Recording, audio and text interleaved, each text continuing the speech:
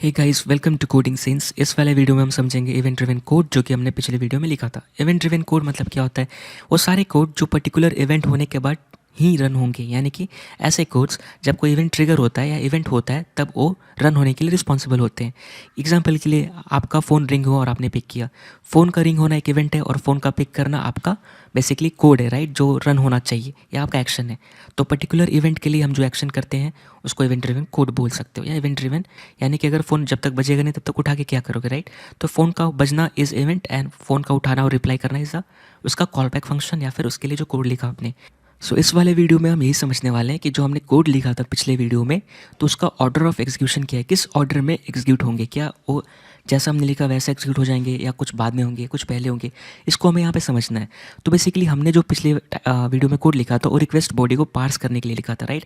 आप यहाँ पे देख सकते हैं लाइन नंबर 21 से 25, फिर लाइन नंबर 26 से 31, राइट। ये दो हमने कोड लिखे थे, राइट, कुछ लाइन्स ऑफ कोड लिखे थे। अभी जो कोड लिखा हुआ है ये असिंक्रोनस कोड या सिंक्रोनस पैटर्न पे लिखा हुआ है, यानी कि ये बेसिकली हमने क्या किया, जब इवेंट होगा, मतलब जब डेटा का इवेंट ट्रिगर होगा। अब डेटा इवेंट ट्रिगर कब होगा? जब नोड जेएस बेसिकली आप जो रिक्वेस्ट बॉडी में डेटा भेज रहे हो, इनकमिंग डेटा, उसको रीड करना शुरू करेगा, राइट, जो चंक है। और एंड यानी कि ये इवेंट कब ट्रिगर होगा? जब नोड जेएस उस रिक्वेस्ट बॉडी को पढ़ लेगा कंप्लीट, उसके बाद ये ट्रिगर होगा कि उसने पढ़ लिया, अब आप एक्शन ले सकते हो, राइट। तो इस तरह के कोड को बेसिकली हम क्या बोलते हैं? इसको बोलते हैं एसिंक्रोनस पैटर्न बोलते हैं, या फिर इवेंट ड्रिवन कोड बोलते हैं, क्योंकि पर्टिकुलर इवेंट जब होगा तो उसके लिए रिस्पेक्टिव जो कोड लिखा हुआ है यानी फंक्शन वो रन होगा, राइट। यानी कि जब ये हो तो ये रन करो, हम ये बोलते हैं, ठीक है। और ये हो मतलब फ्यूचर में होगा, राइट। और यहाँ पे हम जो देख रहे हैं ये सिंक्रोनस कोड है, इसमें कुछ भी वेटिंग करनी है। ये भी हम जो देख रहे हैं सिंक्रोनस कोड है। तो अब हम ऑर्डर ऑफ एग्जीक्यूशन में देख लेते हैं इस कोड का। अब लेट्स से यहाँ से किसी ने डेटा भेजा, ठीक है, मैं रिफ्रेश करता हूँ और यहाँ से किसी ने डेटा भेजा, रोहित सबमिट किया। हम यहाँ से देख सकते हैं कि जो डेटा गया है वो स्लैश मैसेज पे ही है, राइट, ये चीज़। और रिक्वेस्ट बॉडी में ये चीज़ डेटा अटैच हुई है, राइट। अब यहाँ पे फंक्शन रन होगा जब भी आप रिक्वेस्ट करोगे अपने सर्वर को, तो ये कॉल बैक फंक्शन है, राइट, ये हर बार रन होगा, राइट। और ये सिंक्रोनस है, ये बैठा नहीं रहेगा, ये हमेशा फ्यूचर में रन होगा जब भी आप ट्रिगर करोगे।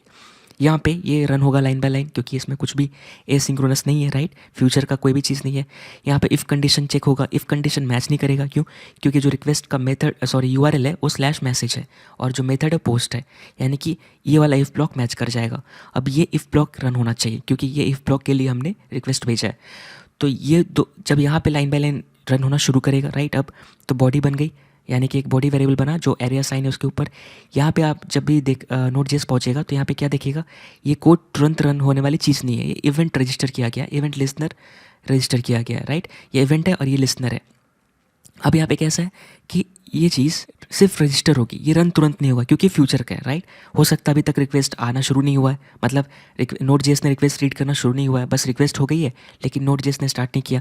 यहाँ पे भी ये अभी रन नहीं होगा क्योंकि हो सकता है नोट जेस ने अब तक रिक्वेस्ट रीड करके ख़त्म नहीं किया हो। तो ये चीज़ बस रजिस्टर होगी, फिर ये कोड नीचे जाएगा और क्या करेगा, स्टेटस कोड 302 सेट हो जाएगी और यहाँ से हम यूज़र को स्लैश मतलब रूट पेज पे भेज देंगे। और इस वाले लाइन पे हम क्या कर रहे हैं, रिस्पांस को एंड कर दे रहे हैं कि बस इतना ही रिस्पांस देना है, हो गया, रिस्पांस कंप्लीट हो गई, ठीक है। अब लेकिन यहाँ पे हो सकता है कि ये चीज़ में टाइम लग जाए, राइट। यानी कि बेसिकली ये कोड अपना पहले रन हो जाएगा और ये दो कोड बाद में रन होगा।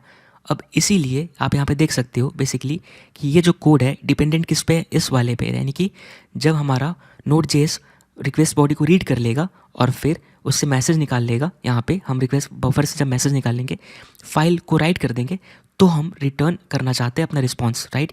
तब हम स्टेटस कोड ये सेट करना चाहते हैं क्योंकि तब जाके हमारा काम खत्म हुआ, यानी कि ये चीज़ पहले हो जाएगा तो सेंस नहीं बनता है, क्यों? क्योंकि अभी तक हमारा काम हुआ नहीं, राइट। तो हम इस चीज़ को ऊपर मूव करेंगे, क्यों? क्योंकि अपना जो नीचे का कोड है डिपेंडेंट है इसके ऊपर, राइट, क्योंकि हम लाइन बाय लाइन करना चाहते हैं। डेटा आया, डेटा को रीड किया, डेटा का रीड करना खत्म हो गया तो उस डेटा को हमने एक्सट्रैक्ट किया, फाइल में राइट किया, हमने स्टेटस कोड सेट किया और फिर यूज़र को स्लैश पेज पे रीडायरेक्ट किया और फिर हमने रिस्पांस भेज दिया। तो ये इस कोड पे डिपेंडेंट था, इसलिए हमने इस पे लिखा, राइट। अब क्या होगा, अब अगर मैं इस फाइल को दोबारा रन करूँगा, ठीक है, बेसिकली इसका मतलब क्या हुआ, फ़ोन बजा, ठीक है, उसके बाद आपको जो बातें बोलनी तो नीचे थी, यानी कि आप ये देखो, ठीक है, ये ऐसा समझो कि इवेंट है फ़ोन रिंग होना, ठीक है, तो आपने फ़ोन उठा लिया, जो बोला गया लिख दिया गया, ठीक है, आपने लिख दिया कॉपी में, लेकिन उसके बाद यूज़र को बताना था कि यहाँ पे जाओ वहाँ पे जाओ, ठीक है, या स्टेटस कोड सेट करना था। तो एक बात बताओ, आप पहले ही कैसे बता दोगे किसी को कि स्टेटस कोड ये यहाँ पे जाओ वहाँ पे जाओ, जब तक फ़ोन बजा नहीं, राइट? तो फ़ोन बाद में बज रहा है और हम बाद में ये चीज़ करने वाले हैं, तो ये काम भी हमें बाद में करना पड़ेगा ना। यानी कि हम जब फ़ोन बजेगा तब जो भी यूज़र बोलेगा उसको हम फाइल में लिख लेंगे और फिर हम यहाँ पे यूज़र को बोलेंगे कि तुम्हारा स्टेटस कोड 302 है, तुमको मैं रिडायरेक्ट कर रहा और तुमको जाना है स्लैश पेज पे, यानी कि रूट पे जाना है और तुम्हारा रिस्पॉन्स ख़त्म। ठीक है, मतलब रिस्पॉन्स एंड किया हमने और भेज दिया। तो ये कोड इस पे डिपेंडेंट था, इसलिए हमने इसको नीचे से उठा के ऊपर लिखा। क्यों? क्योंकि ये ब्लॉक जो है कॉल बैक ये फ्यूचर में होगा जब ये एंड होगा तब। अब आप ऐसे भी देख लीजिए, पहले कोड नीचे लिखा हुआ था, राइट? ये चीज़ है ना, और ये बाद में चल रही थी और ये पहले रिस्पॉन्स भेज दे रहे थे, है ना। तो इसका मतलब ये नहीं कि एक बार आपने रिस्पॉन्स भेज दिया और ये कोड बाद में रन करेगी। इसका मतलब आपने जो इवेंट लिस्नर रजिस्टर किया था वो डिस्ट्रॉय हो जाएगा। नहीं, वो डेड नहीं होगा, डिस्ट्रॉय नहीं होगा, उसको हटाया नहीं जाएगा, वो रहेगा, वो एग्जीक्यूट होगा बाद में, और यही इवेंट लूप का काम है, राइट? बट आप रिस्पॉन्स पहले भेज रहे हो, है ना। ठीक है, हम चाहते हैं कि बेसिकली ये ऐसा इसके बाद हो, मतलब इसको सेव करता हूँ मैं। ठीक है, अब नोड app.js को रन किया मैंने। अब यहाँ पे देखते हैं, मैंने रिफ़्रेश किया। सो मैंने पेज पे गया वापस और यहाँ पे रिफ़्रेश किया। ठीक है, मैंने यहाँ पे क्या किया, रोहित लिखा और सबमिट कर दिया। आप ये देखिए, मेरा रिक्वेस्ट गया स्लैश मैसेज को, जो डेटा जाना तो भी डेटा गया, लेकिन मैं यहाँ पे कहीं भी स्टेटस में 302 नहीं देख रहा और यहाँ पे हेलो फ्रॉम नोड जेस आ रहा है, राइट? तो यहाँ पे क्या हुआ होगा, ये देखिए, लाइन बाय लाइन जाते हैं। हमारा जो रिक्वेस्ट था उसमें URL था स्लैश मैसेज और मेथड था पोस्ट। सो इफ़ कंडीशन ये मैच हुआ, राइट? अब ये ब्लॉक रन होना चाहिए, राइट? यहाँ से यहाँ तक ये हमारा ब्लॉक रिस्पॉन्सिबल है, राइट? अब ये चीज़ रन हुआ और ये 2 इवेंट लिस्ट में रजिस्टर हुए होंगे, राइट? सो यहाँ पे नोड.js क्या करेगा, नोड.js एक रजिस्ट्री मेंटेन करता है। मतलब सिंपल सा आप समझो, ये रजिस्टर है और यहाँ पे इवेंट्स है। ठीक है, यहाँ पे इवेंट का नाम है इवेंट नेम और ये कॉल बैक है। सो यहाँ पे 2 कॉल बैक रजिस्टर हुए होंगे, एक होता है डेटा और एक होता है एंड, राइट? और इसके रिगार्डिंग जो भी आपका काम है यहाँ पे आपका कोड रहेगा। ठीक है, इसके अंदर कोड। अब अब बेसिकली इसको मॉनिटर कौन कर रहा है, इवेंट लूप। ठीक है, राइट? अब कैसा होगा कि ये रजिस्टर हो गए, इसके बाद ये नीचे जाएगा। ठीक है, ये नीचे गया यहाँ पे, क्योंकि इफ़ कंडीशन का काम खत्म हो गया। अब इसके बाद कहीं पे भी लाइक कुछ नहीं है रिटर्न होने के लिए, सो नीचे जाएगा। ठीक है, अब ये चीज़ रीड हुई, ये चीज़ रन हुआ, राइट? अब ये जब रन हुआ तो बेसिकली आप क्या कर रहे हो, हेलो फ्रॉम नोड.js, और आपने रिस्पॉन्स भेज दिया। रिस्पॉन्स भेज दिया मतलब जो रिक्वेस्ट आई थी उसके लिए रिस्पॉन्स चली गई। ठीक है, इसीलिए यहाँ पे क्या हुआ, हमें हेलो फ्रॉम नोड.js दिख रहा। अब बाद में आपका जो इवेंट लिस्नर है, बेसिकली नोड.js को पता है कि कौन कौन सा इवेंट रीड करना है, राइट? तो उसके बाद क्या हुआ, आपका रिक्वेस्ट नोड.js ने रीड किया, जो भी आपका रिक्वेस्ट है चंक में, राइट? हमें पता है। और जब ये बेसिकली तब क्या हो रहा था, आपका ये डेटा वाला इवेंट ट्रिगर हो रहा था। उसके बाद जब इसने कंप्लीट कर लिया तो आपका एंड वाला इवेंट ट्रिगर होगा और इसके रिगार्डिंग फंक्शन। इस वाले में आप क्या कर रहे हो, आप यहाँ पे रिस्पॉन्स डॉट एंड कर रहे हो, राइट? यहाँ पे अगर आप देखोगे तो इसका मतलब क्या, आप फिर से रिस्पॉन्स भेज रहे हो। अब देखो, एक बार ऑलरेडी रिस्पॉन्स चला गया तो दोबारा भेजने का मतलब क्या है, एरर। हमें पता है ना, हमने पिछले वीडियो में बात किया था, एक बार अगर आपने रिस्पॉन्स तो अटेंड कर दिया तो दोबारा करोगे तो एरर आएगा, राइट? क्योंकि एक बार मतलब आपने फ़ोन उठाया और फिर बात करके फ़ोन रख दिया। ठीक है, तो दोबारा फ़ोन कैसे रख सकते हो जब ऑलरेडी आपने यूज़र का फ़ोन रख दिया रिंग होने के बाद बात करके, राइट? तो एरर आना चाहिए। यहाँ पे वही हुआ। यहाँ पे क्या बोल रहा है, एरर HTTP हेडर सेंट, मतलब आप फिर से हेडर सेट कर रहे हो और जबकि ऑलरेडी हेडर आपने भेज दिया, राइट?